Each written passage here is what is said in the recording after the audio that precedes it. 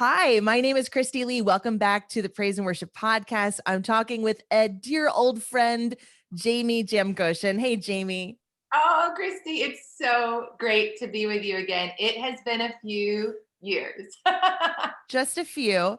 But Jaime is so much fun here at WJTL. We've known her over the years. I've played a bunch of her songs. And also, I definitely know how to spell her last name because of whenever we would do a contest, it would be okay, call in and spell Jamgochian. I love it. And thank you for saying it right. That just means the world to me. So Jaime has a story, and I don't say that word lightly. We're going to talk about it with this conversation about her new record, All Things, which just came out. Jaime had a massively fun release week, and you'd think that it would slow down over the weekend, right? No, not for Jaime Jamgochian. This weekend was crazy good. Last night, Jaime, I'm hoping we can talk about this whole Let Us Worship event. The 43rd city that Sean Foyt and his team were in was Nashville. Woo! So tell us a little bit about how last night went. Oh my gosh. Well, first of all, isn't God wild? I got to attend the Boston Let Us Worship. I think it was in August. It was right around my birthday. I was spending time on the East Coast with my family during COVID, no touring. I'm like, let's go home, be with the fam. And I heard he was going to be there. I've been following the Let Us Worship movement, and hadn't been in a local church in a while because churches in Boston have been closed as well due to the pandemic. And I went down there and talk about just God winks. I love how God winks at us. I call it little God winks or God kisses. And there I am standing in the city close to the college that I had given my heart to Jesus at 21 years of age. So, a few years ago, just kidding. And watching Sean lead revival, sound of revival, I just started crying, and I was just attending, and I remembered praying, God, Nashville needs this. Like, Nashville is a Bible Belt city, right? So it's awesome. Everyone's so kind and nice and sweet, but I want to make sure people truly have encountered Jesus, And so I just say this little prayer, God, if he could ever come to Nashville, I know we got a lot of churches and they're all open, so we don't technically need this, but God, we do need this, And then I get a call a week later, just through just a random God thing. Hey, can you lead the worship at the end of the Let Us Worship event? And I'm like, are you kidding? Yes, I'm there. What do you need? When? How? Yes. So that's how it happened. And it was just incredible, Kristi. We saw hundreds give their lives to Jesus or rededicate their hearts. The presence of God was so strong. People praying for one another, worship, just the sound of worship under the stars at the courthouse. I'm like, you can't feel any closer to God than this. It was an honor. It was amazing.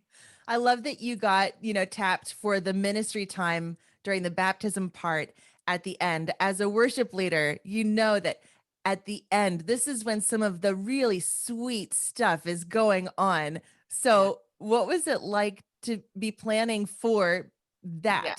I honestly, and I think God is sneaky sometimes, right? Yeah. I didn't prepare well because I didn't really know what was about to happen. And it was just a lot of last minute changes and a little bit of chaos, which the enemy was not happy about this. So there's confusion, and ended up leading worship with someone I had never met and some of her team and getting songs from her. And I'm going, God, this is going to be really interesting. But what I love about true ministry, and the Bible says we worship in spirit and truth. I don't think the song matters. I don't think the sound matters. It's his presence, right? So for me, it was special. And I know we're going to talk about my story a little bit, but they really went after healing and miracles last night. And, recently I've been healed from, overcame Lyme disease. And I just went for that last night. I mean, there's a lot of people here in the South that have gotten bit by ticks. And so we prayed for healing. One of the things I navigated through that whole season of dealing with Lyme was really severe anxiety and even some depression, which, me, I'm like the bubbliest person on the planet. And it brought me to a very low point. Chronic pain will do that. And we went after that last night because people during this pandemic have been isolated. They've been in their homes. And we just really prayed into that. So the ministry time, you're right. It was beautiful. It was spirit led. It was fiery. I mean, I kind of don't even want to watch the video back because I was like, oh my gosh, is this okay? But you know what? God showed up, and that's all that matters. Well, and I also heard that the power went out, which Yes, so that's why I have no voice today. So we just grabbed our little team and started. You know what's cool about that though is the front area could hear us singing. You know, we went classic. How great is our God when that happened? Mhm. Amazing Grace, and it just went all the way back. It was just beautiful. I'm still on a little bit of a high, I think. It's a nightmare Yeah. sometimes when you think about the power going out, especially for keyboard players, because we are stranded. You know, if you're a guitar player and the power goes out, you just keep on going. Keyboard player, you're high and dry. So you're relying on your team for sure. But those moments can become just the best part. It can really bring the congregation together. So I love what you did in that moment, your Yeah. go-tos and how it spreads and really brings everybody in to what becomes a very special moment. It really was. And I think for me, like I like to be prepared, and I like it was just cool to see God just lifted off any restrictions, any boxes. Like when the power went out was my favorite time because you could hear every voice just singing out. Amazing. I think there's an analogy in there, you know, when we plan for life and when we plan for the things that we think God is doing, and then something unexpected happens that's devastating. And then how we respond to it can be really interesting. Are you still with me, Jamie? I know you're a little frozen. Am I a little frozen for you? Here we go. So she's back. I lost you. I was about to try to text you. It's an in and out. This is the whole Zoom thing. We're getting used to all of it, but we're going to keep on rolling here and just keep our fingers crossed that we can Okay. stay connected. I would love for you to share your story. You talked about it a little bit here in central Pennsylvania. Lyme's might be really familiar to some people. We're, you know, right in the beginning here of hunting season. And so it's something that people can relate to. But tell us about your experience with it. Oh, so are you saying people do get it? It is common in, or no, it's not as I common? don't want to speak anything into existence more than it is, but I do know people who, yeah, around here, Yeah. it's I don't want to say how common, but it's Yeah. something around here. Yeah, I know in New England where I grew up and here in the South, it's very prevalent. Oh gosh, so where do I start? Um, you know, I love to worship, and I think that the joy of the Lord, you know, the scripture is our strength. And I think I really leaned into that the last, probably, if I'm being honest, 10 years of my life. And I think when I was out with JTL last, I had The Stand on the radio, maybe that was the last single with you guys, or Everything So You Are, maybe. And just was touring full time, touring throughout our country, touring internationally. And I can remember I'd get home and just be like, maybe it's because I'm getting older, like the recoup time was a lot longer, and maybe it's jet lag, but my body was shutting down. And then God opened up a door to be part of an incredible church plant here called the Belonging Co. It's a wonderful church movement. Found myself in the basement with 10 strangers with our incredible pastors. And then God kind of shifted me off the road a little bit into full-time uh, ministering at that church, and ended up going on staff there, and just love what God is doing at the Belonging. But then that was a whole nother set of go, go, go. And I have learned the hard way that we really need to yield to those signals. I just kept going and I kept pushing. And it reached the point where in 2018, my body no longer could push. And what had happened is this Lyme bacteria, which I guess I've had for a very long time and was trying to maintain with some holistic treatments, was living. You know, it had become a neurological bacterial Lyme disease. So once it hit my brain, my nervous system shut down, my everything. Like you wouldn't have recognized me. I was just a shell of myself.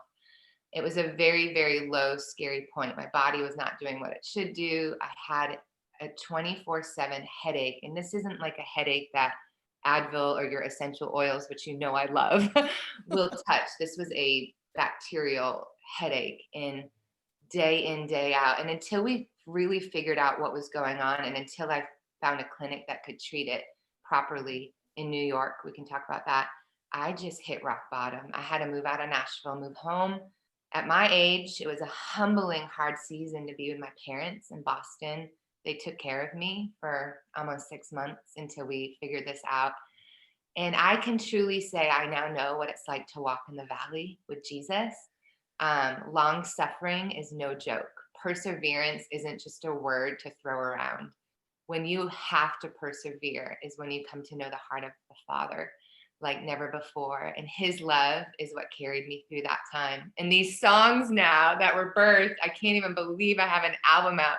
So I was literally healed just this past March, April is when I started feeling whole again. My treatment was done a whole year ago, but it took a while to fully get healed. I went out to a clinic in New York called Innovative Medicine in Huntington, and they are just doing some really amazing, innovative kind of, just different kind of treatments. I spent 3 months on and off there, and feel like a human being, and have been told from them there's no more Lyme being detected in my blood or in my body, and just rejoicing in that healing victory that Jesus promised and he gave here on earth. We either receive our healing here on earth or when we go to be with him. And I'm just so thankful I was healed here on earth and have a new album out. What in the world?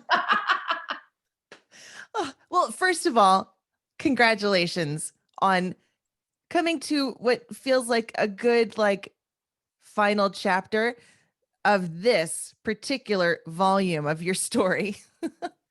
um, I love that you've talked about the story part, because here at the end, it's very exciting. With the rear view mirror, we can look back and we can see, oh, God was here, God was there. Look what he did, how I was sustained. But back there, it didn't feel so good, Yeah. and maybe the bright hope and the light at the end of the tunnel, you really have to hang on through tough seasons before you finally get through them.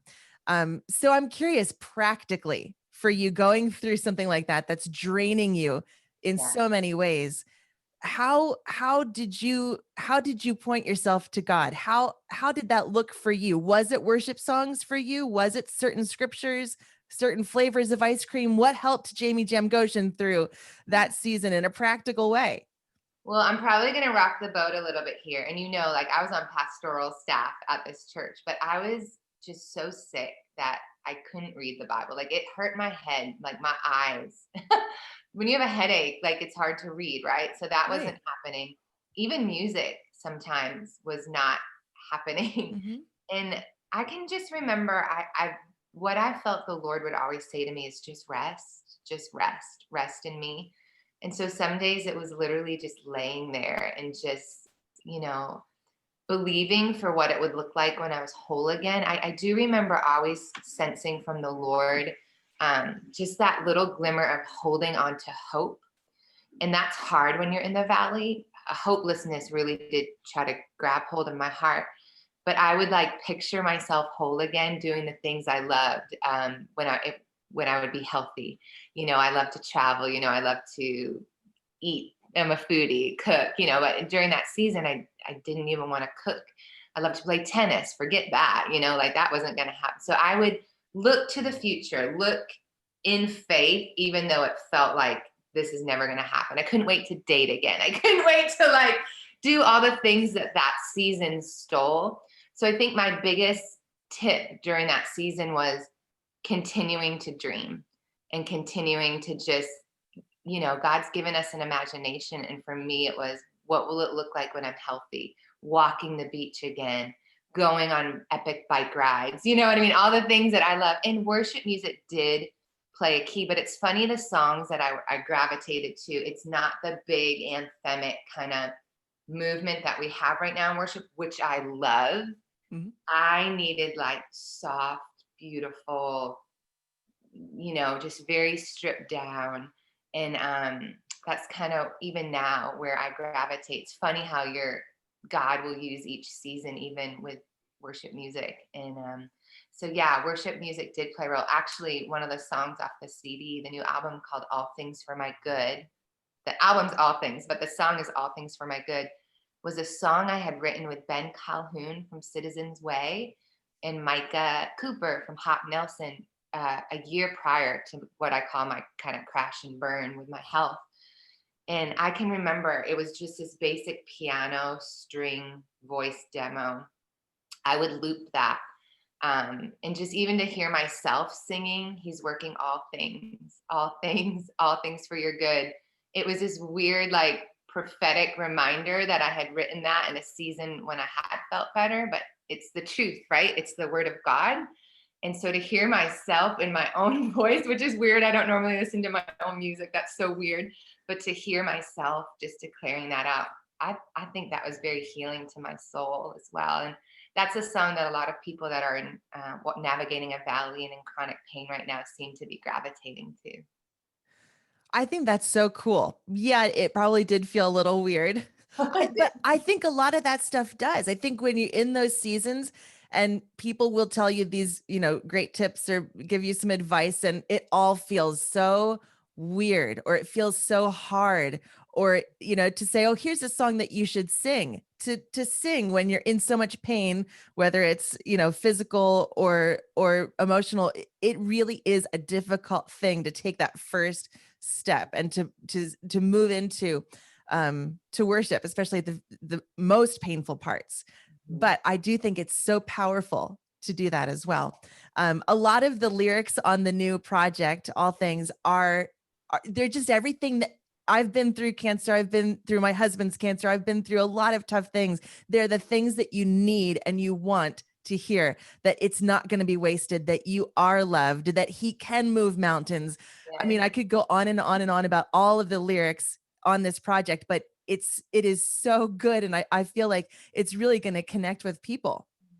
Thank you. I mean, that project had been in my heart for a long time, but when having navigated what you do, I was just trying to survive. So the album, making a new album wasn't even on the docket, So it's so neat though how, and not to overuse this phrase, but how God does work all things for our good. Because I don't think I would have those songs had I not walked through that. So just hearing you say that, it's my greatest prayer that, I'm older now. I used to want the number ones and the blah, blah, blahs. Now I just want people's hearts to really feel hope again and encounter the love of God as they hear these new songs. So the concept of a beautiful story, I love that, the idea of a story, of thinking about ourselves, that it's not over yet. He's still writing this story. When did that click for you, that you could think about this as a story? Yeah. Whew.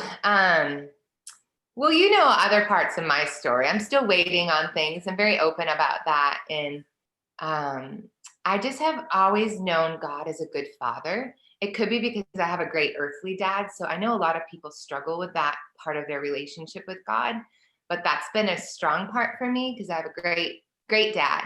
And in any family, in any life, you have good chapters and bad chapters, right? And I just remembered thinking, like, if it's not good yet, then it's not God. And so I'm just going to keep waiting until, the Bible says there's no good thing that he will withhold. So my story's not going to end bad because that's not the gospel. Jesus didn't come to die for us, for things to end bad. We have victory in him, right? And so I can remember I was at our church service, and one of my dear friends is a songwriter, Mia Fields. She's written a lot of worship songs for the church at large. And we have a similar story in some areas of our life. And she just started singing, "You write a beautiful story." And my heart was like, you're not done, God. You're writing a beautiful story. So I felt like it was an anthem of my heart. And my new music team, they just really felt like it was the best song to launch with, because it does talk about kind of the beginning of this new journey and this new season. And just to encourage people listening, there's a line in it that says, I would have let go had I not believed, all the plans you have for me. And just to encourage people that God's plan is good. And even in that dark place you might be in, to be reminded today that he still has a good plan for you, and he's not forgotten you or the desires and the dreams that he's put in your heart. He wouldn't put them there to just leave them there. Now we can't mess with his timing or his ways. That's up to him. But he'll either change the desire or he'll change the plan. But just to encourage people, his plan for you is so good. And I needed to be reminded of that almost daily when I was in the valley. I feel like we all are in a valley right now. There's such a national, I mean, even a global valley that we're experiencing, and it comes along with so many things that are frustrating, so many mountains, with health and finances, mental health. Yes, it's There's been massive. there's so much right now, and I have been encouraged in new ways, very powerful ways, by just remembering that God has plans, purposes, promises for us. Those, Bible verses that sometimes we feel like are cliche, no way. They come back right now, and they sustain and just bring new hope into dark situations. So I love that your album was timed for right now, Oh, because yeah. we need, as many of these as we can possibly get for right now. Yeah. Let's talk about a couple more of the songs on the project. I think I want to go with the duet with Danny Gokey. Woo! You two together sound amazing. So it's this song. He's just my favorite. I've been friends with the Gokey fam now for I think about 7 or 8 years. They're part of our church. And I remember when they walked into the basement, and Leah said is my sassy Latina friend. She brings out all the spunk and other side of me nobody sees. So we love to eat. So we go out to eat a lot. But I wrote that song, Just the Way You Are, after a trip to Manila in the Philippines. And I got to meet a few girls who had been rescued out of human trafficking and hear their stories. Oh my gosh. We all have a story, but hearing those stories, it gripped my heart. And I used to do teen girl events all on modesty and purity and knowing how much you're loved and how beautiful you are. And oh my gosh, sometimes I look back to that season and I think it was awesome, and I still believe all of it, but I probably would have done it and said it a little bit differently now that I'm older. But when I got back home, I couldn't sleep. And I was like, God, what is up? Like, this is massive jet lag. He's like, no, this is not jet lag. This is, you need to go sit behind your keyboard. So I finally one night at like 2 a.m. crawled up to my loft, and this song, really a lot of it just poured right out. If you could see the way he looks at you, hear him whisper to your heart, I love you just the way you are. And I had those girls in mind, but then later, as I was got some co-writers on it, and as we were talking to finish it out, it really became a song for everyone. Like, we've all dealt with our worth and our value and insecurity, and for women, beauty, and men, they deal with things as well. And I don't want to leave the guys out, but I was always like, well, it's too ooey gooey. I mean, the chorus is like, your prince has come to rescue you. But I really felt to leave that line because I do think there's an element of God that he is our rescuer, right? And maybe not everyone would see him as a prince, but I'm a little bit of a hopeless romantic. So it fit my language. And Danny, I sent the song to Danny. I said, Danny, it would be my greatest dream to have a male vocal on here. You would be my first pick. And he listened to it. He's like, I really believe in this. I love it. So we got in the studio during the pandemic. I just remember showing up. We were both like 10 pounds heavier because we've been sitting home eating for 2 months. So bad. And we showed up, but it was so good to create again and be in the studio. And we just went for it. And I'm honored to have Danny Gokey on that. But more than that, I pray this song reaches to the hearts of people that are dealing with their insecurity and their identity. And I pray they are reminded of who they are in Christ and that they are loved. Come to him just the way you are. Let him clean you up. Let him do all the things he does best. We don't need to do that. That's his job. But yeah, that one means a lot to me. I love that the direction of the song is ministry to the listener. It's Yeah. like this really great letter, in song version, right to the person listening. Which really stands out, from the rest of the album. And then Danny Gokey and you together sound amazing. So I love that one. That's a highlight for me. Uh, Aw. Equally, another highlight is the acoustic worship medley stuff that you've got. That I was so thrilled to hear, classic Jaime Jamgochian at the keyboard, singing hymns together. So come thou fount and be thou my vision together. What do those hymns mean to you? Because they're some of my favorites, but what do they mean to you that you wanted to have them on this project? I'm so glad you like those last two. That talk about breaking free of insecurity. What most people might not know if they're not musicians is your regularly recorded songs that you hear on the radio. Every single note has been auto-tuned and fixed and perfected. So our ears aren't used to hearing actually real live vocalists anymore and live music. It's not perfect, right? And I have relative perfect pitch, but even with that, like nobody is, so it was with my producer, I was like, are we really going to put this on? Because we got in a studio. I grabbed my drummer and my percussionist and my guitar player that I tour with a lot. And I was just behind this gorgeous grand, oh my gosh. And we went for it. And we just did like you said, the acoustic medley of my favorite old school worship songs, and then the acoustic hymn medley. And we kept it live and raw, and we didn't edit anything. And it would be like if you came to an event and, we were just leading some acoustic worship minus the crowd. That was the only thing. It was during the pandemic. We weren't allowed to have, 100 people in the studio with us. So we just said, you know what, that's okay. But my prayer on those songs, Kristi, would be that like maybe in the morning when people are making their coffee or going for a walk, or it's more reflective, more of a devotional moment or a quiet, be still kind of moment where they can just get with God and worship him. So yeah, Be Thou My Vision, Come Thou Fount, two of my favorite hymns as well. And I don't know if you knew all of the old school worship ones, but those were some of the first ones I learned at, 21 years of age, walking the streets, Boylston Street of Boston, Mass Ave in Boston, with a dear friend who was really influential in my walk with God.